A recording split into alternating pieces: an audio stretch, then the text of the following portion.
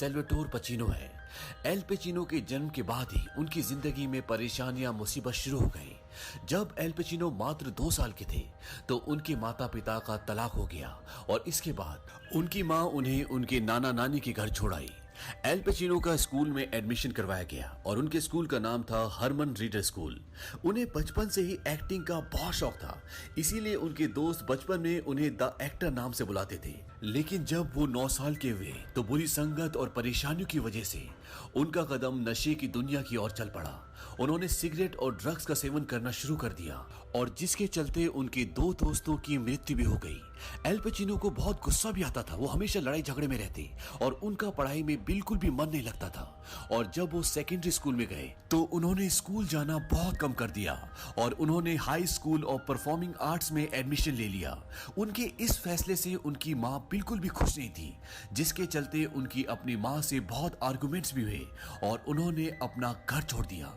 घर छोड़ने के बाद उन्हें बहुत मुश्किलों का सामना करना पड़ा। उन्हें दर दर की ठोकरें खानी पड़ी। उन्होंने हॉस्पिटल में सफाई का काम किया, रेस्टोरेंट में काम किया, उन्हें फुटपाथ पर भी सोना पड़ा। लेकिन जिंदगी की इस मुश्किल घड़ी में एल पचिनो के कदम कभी भी नहीं लड़खड़ाए, वो आगे बढ़ते चले गए। इसके बाद उन्होंने एक्टर स्टूडियो में ऑडिशन दिया, जहां पर वो फेल हो गए। लेकिन फिर भी उन्होंने हिम्मत नहीं हारी और उन्होंने एचबी स्टूडियो ज्वाइन कर लिया, जहां पर उनकी मुलाकात चार्ली लॉकटन से हुई और वो आगे चल के उनके बेस्ट फ्रेंड भी बने। और सन 1962 में जब वो मात्र 22 साल के थे तो उनकी मां की मृत्यु हो गई और इसी साल उनके नाना की भी मृत्यु हो गई। एल पचिनो के मुताबिक ये वक्त उनकी जिंदगी का सबसे मुश्किल वक्त था। एल पचिनो 4 सालों तक एचबी स्टूडियो का हिस्सा रहे और इसके बाद उन्होंने एक बार फिर से द एक्टर स्टूडियो में ऑडिशन दिया और इस बार उन्होंने ऑडिशन पास कर लिया और अब L Pacino the actor studio का हिस्सा थे। इसके साथ साथ उन्होंने द ली स्टारबर्ग से मेथड एक्टिंग भी सीखी, जिससे उन्हें अपनी एक्टिंग को सुधारने में काफी मदद मिली। इसके बाद ली स्टारबर्ग का करियर शुरू हुआ।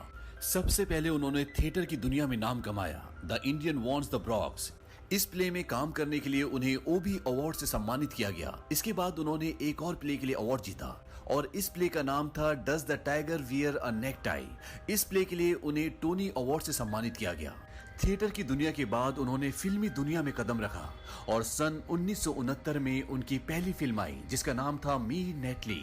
इस फिल्म से उन्हें ज्यादा रिकॉग्नाइजेशन नहीं मिला और इसके बाद सन 1971 में उनकी film I the panic in needle park. इस फिल्म में उन्होंने एक ड्रगिस्ट व्यक्ति का किरदार निभाया था जो उनकी अपनी जिंदगी से काफी मिलता जुलता था और उन्होंने इस किरदार में जान डाल दी। इस किरदार को देखने के बाद उन्हें 1972 की द गॉडफादर में काम मिला और इस फिल्म में उनका किरदार इतना दमदार था कि उन्हें ऑस्कर में नॉमिनेशन भी। सैल्वाटोर पचिनो है।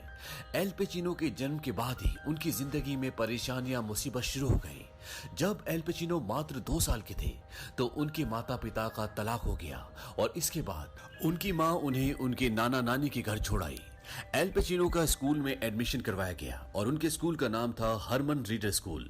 उन्हें बचपन से ही एक्टिंग का बहुत शौक था, इसीलिए उनके दोस्त बचपन में उन्हें द एक्टर नाम से बुलाते थे। लेकिन जब वो 9 साल के हुए तो बुरी संगत और परेशानियों की वजह से उनका कदम नशे की दुनिया की ओर चल पड़ा। उन्होंने सिगरेट और ड्रग्स का सेवन करना शुरू कर दिया और जिसके चलते उनके 2 दोस्तों की मृत्यु भी हो गई। एल पचिनो को बहुत गुस्सा भी आता था, वो हमेशा लड़ाई झगड़े में रहते और उनका पढ़ाई में बिल्कुल भी मन नहीं लगता था। और जब वो सेकेंडरी स्कूल में गए तो उन्होंने स्कूल जाना बहुत कम कर दिया और उन्होंने high school of performing arts में एडमिशन ले लिया।